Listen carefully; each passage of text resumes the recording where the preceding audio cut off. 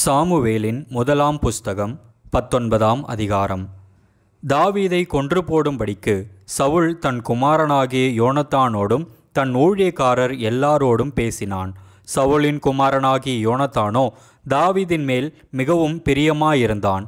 அதனால் யோனத்தான் தாவீதுக்கு அதை அறிவித்து, என் தகப்பனாகிய சவுல் உம்மை கொன்று போட வகை தேடுகிறார். இப்போதும் நாளை காலமே நீர் எச்சரிக்கையாயிருந்து மறைவான இடத்தில் ஒளித்து கொண்டிரும். நான் புறப்பட்டு வந்து நீர் வெளியிலிருக்கும் இடத்தில் என் தகப்பன் பக்கத்திலே நின்று உமக்காக என் தகப்பனோடே பேசி நடக்கும் காரியத்தை கண்டு உமக்கு அறிவிப்பேன் என்றான்.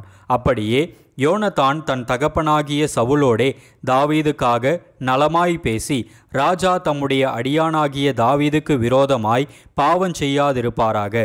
அவன் உமக்கு விரோதமாக பாவம் செய்யவில்லை. அவன் செய்கைகள் உமக்கு மெத்த உபயோகமாயிருக்கிறதே. அவன் தன் பிராணனை தன் கையிலே வைத்துக்கொண்டு அந்த பெலிஸ்தனை கொன்றதினாலே கர்த்தர் இஸ்ரவேலுக்கெல்லாம் பெரிய இரட்சிப்பை கட்டளையிட்டதை நீர் கண்டு சந்தோஷப்பட்டீரே. இப்போதும் முகாந்தரமில்லாமல் தாவீதை கொல்லுகிறதினால் குற்றமில்லாத இரத்தத்திற்கு விரோதமாக நீர் பாவம் செய்வானேன் என்றான். சவுல் யோனத்தானுடைய சொல்லை கேட்டு அவன் கொலை செய்யப்படுவதில்லை என்று கர்த்தருடைய ஜீவனை கொண்டு ஆணையிட்டான். பின்பு யோனத்தான் தாவீதை அழைத்து அந்த வார்த்தைகளை எல்லாம் அவனுக்கு அறிவித்து அவனை சவுல் அண்டையிலே கூட்டிக் கொண்டு போய்விட்டான். அப்படியே அவன் முன்போலவே அவனுடைய சமூகத்தில் இருந்தான். மறுபடியும் ஒரு யுத்தம் உண்டாயிற்று. அப்பொழுது தாவீது புறப்பட்டு போய் பெலிஸ்தரோடு யுத்தம் பண்ணி அவர்களுக்குள் மகா சங்காரம் பண்ணினதினால் அவர்கள் அவனுக்கு முன்பாக முறிந்தோடி போனார்கள். கர்த்தரால் விடப்பட்ட பொல்லாத ஆவி சவுலின் மேல் வந்தது. அவன் தன் வீட்டில் உட்கார்ந்து தன் ஈட்டியை கையிலே பிடித்து கொண்டிருந்தான். தாவீது தன் கையினாலே சுரமண்டலம் வாசித்தான். அப்பொழுது சவுல் தாவீதை ஈட்டியினாலே சுவரோடே சேர்த்து உருவ குத்தி போட பார்த்தான். ஆனாலும் இவன் சவுலுக்கு விலகினதினாலே அவன் எறிந்த ஈட்டி சுவரிலே பட்டது. தாவீதோ அன்று ராத்திரி ஓடிப்போய் தன்னை தப்புவித்து கொண்டான். தாவீதை காவல் பண்ணி மறுநாள் காலமே அவனை கொன்று போடும்படிக்கு சவுல் அவன் வீட்டிற்கு சேவகரை அனுப்பினான். இதை தாவீதுக்கு அவன் மனைவியாகி மீகாள் அறிவித்து, நீர் இன்று ராத்திரியில் உம்முடைய பிராணனை தப்புவித்து கொள்ளாவிட்டால் நாளைக்கு நீர் கொன்று போடப்படுவீர் என்று சொல்லி மீகாள் தாவீதை ஜன்னல் வழியாய் இறக்கிவிட்டாள். அவன் தப்பி ஓடி போனான். மீகாளோ ஒரு சுரூபத்தை எடுத்து கட்டிலின் மேல் வைத்து அதன் தலைமாட்டிலே ஒரு வெள்ளாட்டுத் தோலை போட்டு துப்பட்டியினால் மூடி வைத்தாள். தாவீதை கொண்டு வர சவுல் சேவகரை அனுப்பின போது அவர் வியாதியாயிருக்கிறார் என்றாள். அப்பொழுது தாவீதை பார்க்கிறதற்கு சவுல் சேவகரை அனுப்பி அவனை கொன்று போடும்படிக்கு கட்டிலோடே அவனை என்னிடத்திற்கு எடுத்து கொண்டு வாருங்கள் என்றான். சேவகர் வந்தபோது இதோ சுரூபம் கட்டிலின் மேலும் வெள்ளாட்டு தோல் அதன் தலைமாட்டிலும் கிடக்க கண்டார்கள்.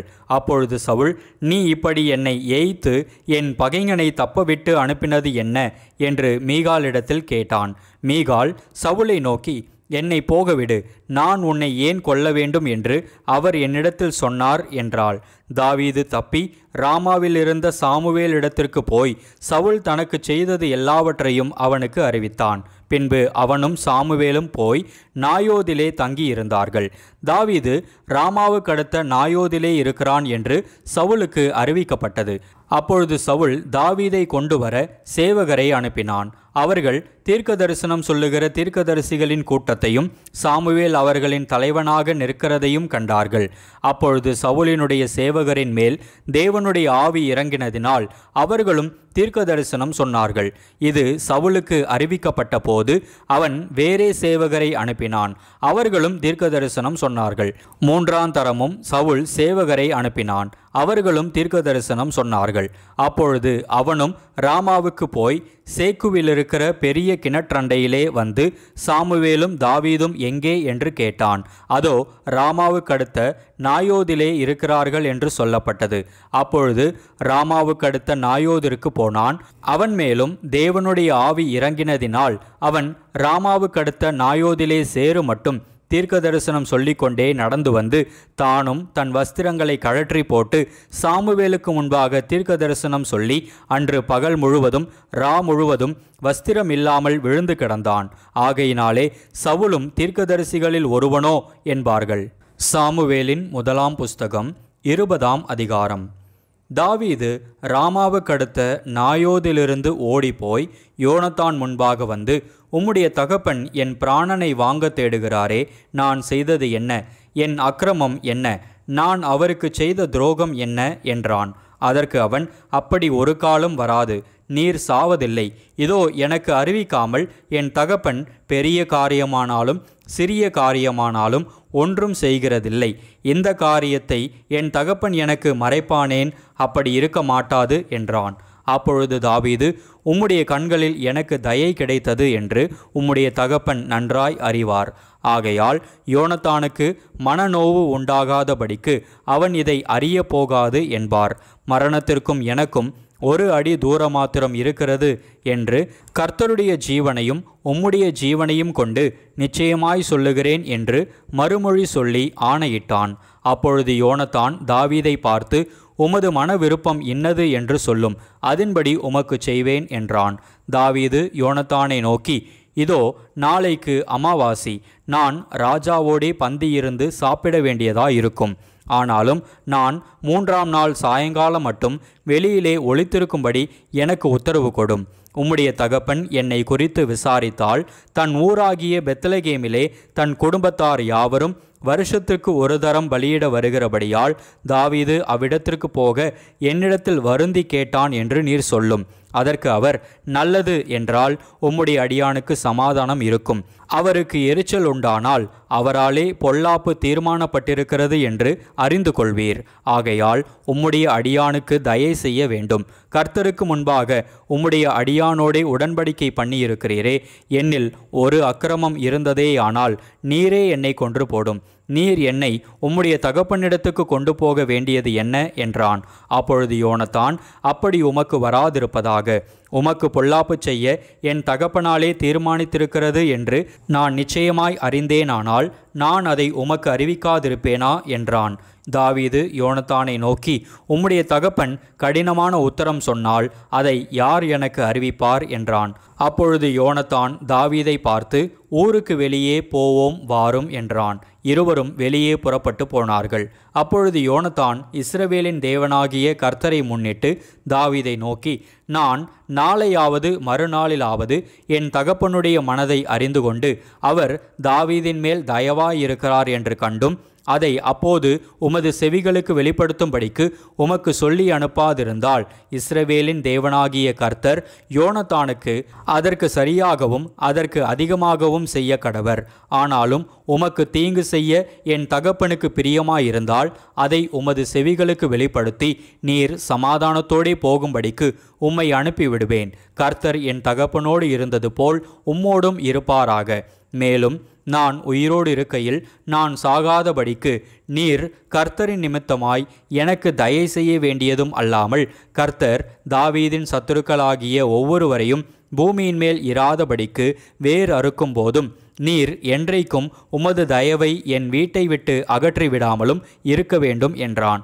இப்படி யோனத்தான் தாவீதின் குடும்பத்தோடு உடன்படிக்கை பண்ணி தாவீதுடைய சத்துருக்களின் கையிலே கர்த்தர் கணக்கு கேட்பாராக என்று சொல்லி யோனத்தான் தாவீதை மிகவும் சிநேகித்தபடியினால் பின்னும் அவனுக்கு ஆணையிட்டான். தன் உயிரை சிநேகித்தது போல அவனை சிநேகித்தான்.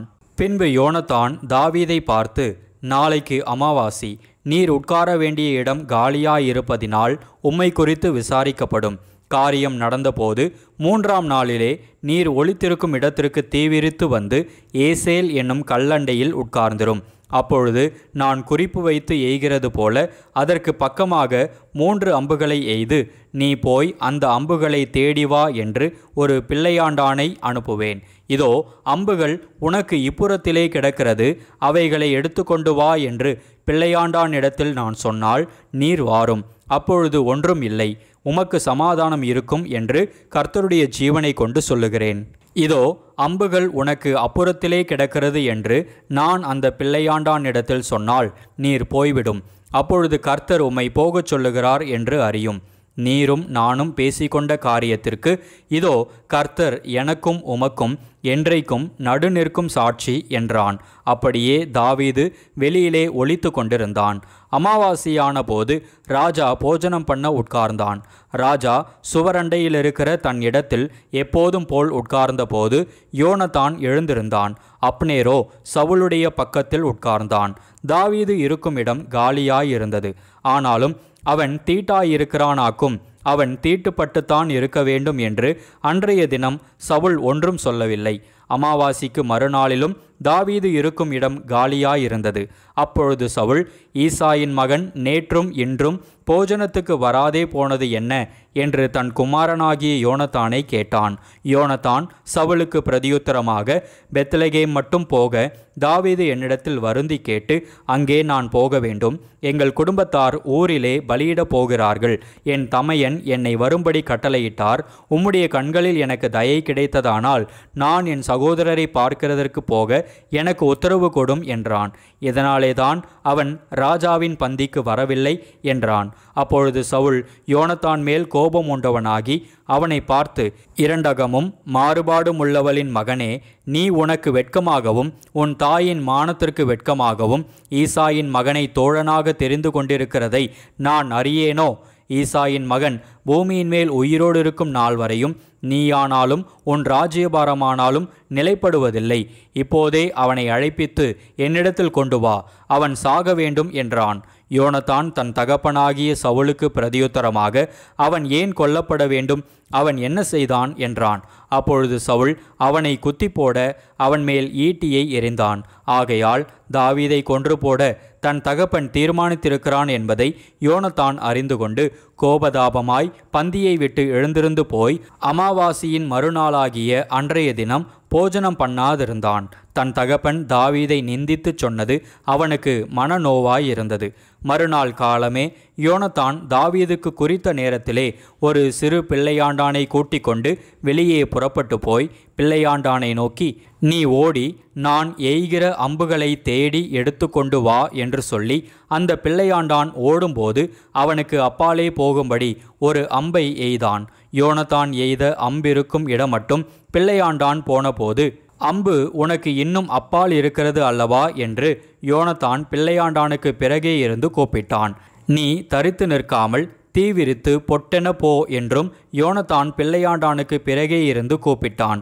அப்படியே யோனத்தானின் பிள்ளையாண்டான் அம்புகளை பொறுக்கி தன் எஜமானிடத்தில் கொண்டு வந்தான். அந்த காரியம் யோனத்தானுக்கும் தாவீதுக்கும் தெரிந்திருந்ததே அல்லாமல் அந்த பிள்ளையாண்டானுக்கு ஒன்றும் தெரியாதிருந்தது. அப்பொழுது யோனத்தான் தன் ஆயுதங்களை பிள்ளையாண்டான் இடத்தில் கொடுத்து, இவைகளை பட்டணத்திற்கு கொண்டு போ என்றான். பிள்ளையாண்டான் போன பின்பு தாவீது தென்புறமான இடத்திலிருந்து எழுந்து வந்து தரையிலே முகங்குப்புற விழுந்து 3 விசை வணங்கினான். அவர்கள் ஒருவரை ஒருவர் முத்தம் செய்து அழுதார்கள். தாவீது மிகவும் அழுதான். அப்பொழுது யோனத்தான் தாவீதை நோக்கி, நீர் சமாதானத்தோடே போம், கர்த்தர் என்றைக்கும் எனக்கும் உமக்கும் என் சந்ததிக்கும் உமது சந்ததிக்கும் நடுநிற்கும் சாட்சி என்று சொல்லி கர்த்தருடைய நாமத்தை கொண்டு நாம் இருவரும் ஆணையிட்டு கொண்டதை நினைத்து கொள்ளும் என்றான். பின்பு அவன் எழுந்து புறப்பட்டு போனான். யோனத்தானோ பட்டணத்திற்கு போய்விட்டான். சாமுவேலின் முதலாம் புஸ்தகம் 21ஆம் அதிகாரம். தாவீது நோபில் இருக்கிற ஆசாரியனாகிய அகிமெலேக்கினிடத்தில் போனான்.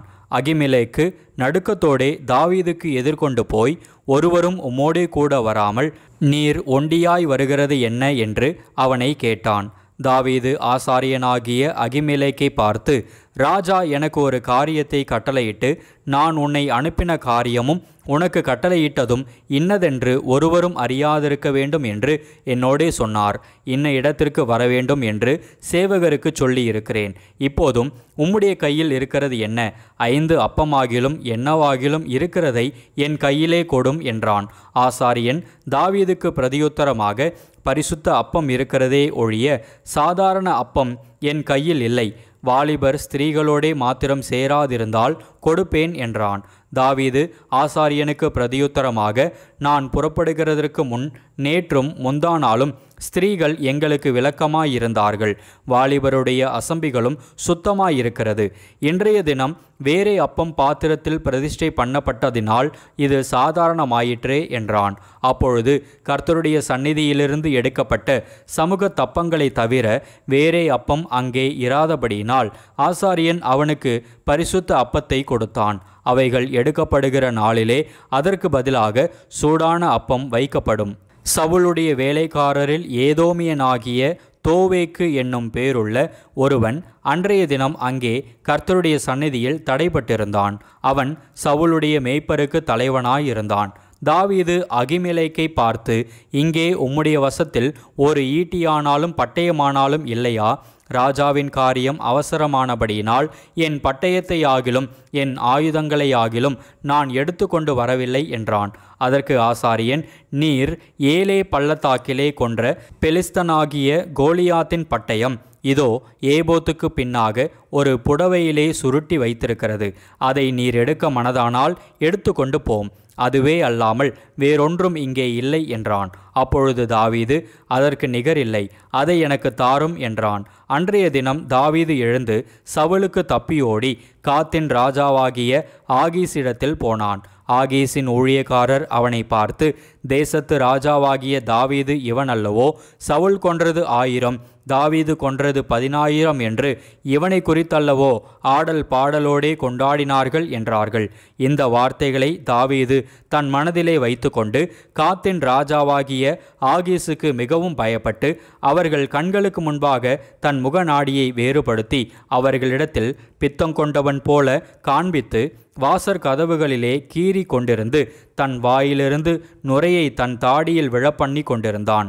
அப்பொழுது ஆகீஸ் தன் ஊழியக்காரரை நோக்கி, இதோ இந்த மனுஷன் பித்தங்கொண்டவன் என்று காண்கிறீர்களே, இவனை நீங்கள் என்னிடத்தில் கொண்டு வந்தது என்ன?